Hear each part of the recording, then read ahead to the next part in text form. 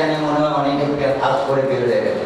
আর 2016 চিত্র জগৎ এখন যে পুরস্কার বিতরণ করেন, চিত্র জগতের পুরস্কার তো যারা অভিনয় করে তাদের বিরুদ্ধে দেওয়া হয়, তারা আর একটা সংযোজন করেছে শিক্ষা।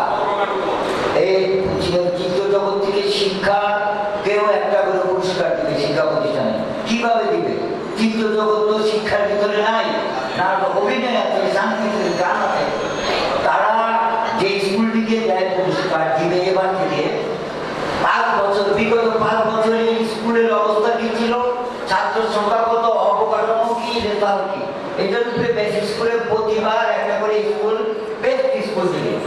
যে আমাদের তোমাদের দোয়া আমরা ইনশাআল্লাহ এবার আমি নিজে যে পুরস্কার গ্রহণ করে আসছি শিল্পকলা একাডেমি থেকে, আমি নৌ পরিবহন মন্ত্রী হাসান ইমাম, নতুন সিনেমা জগতের নতুন আরো অনেক ভালো ভালো লোকের হাত থেকে আমি সেই পুরস্কার গ্রহণ করছি।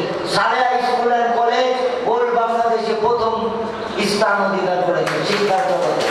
এটা আমাদের জন্য বিরাট পাওনা। তার জন্য ব্যারিস্টার শেখ ফজলের তাপসের জন্য, তার জন্য আমাদের একটি মহাজের জন্য। এই হলো 1 নম্বর।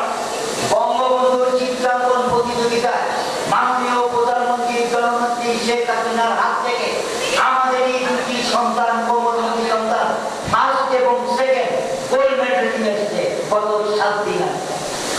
এইটা আমাদের জন্য স্কুলের একটা বিরাট গৌরব। আমাদের ওই দুইটি বাচ্চা আমরা আশা করতেছি আগামী মাসে সুইডেন চলে যাবে। সুইডেন এই চিত্রাঙ্কন প্রতিযোগিতায় একজন ক্লাস 3 পড়ে, একজন ক্লাস 2 পড়ে। কিন্তু লাইভ এডুকেশন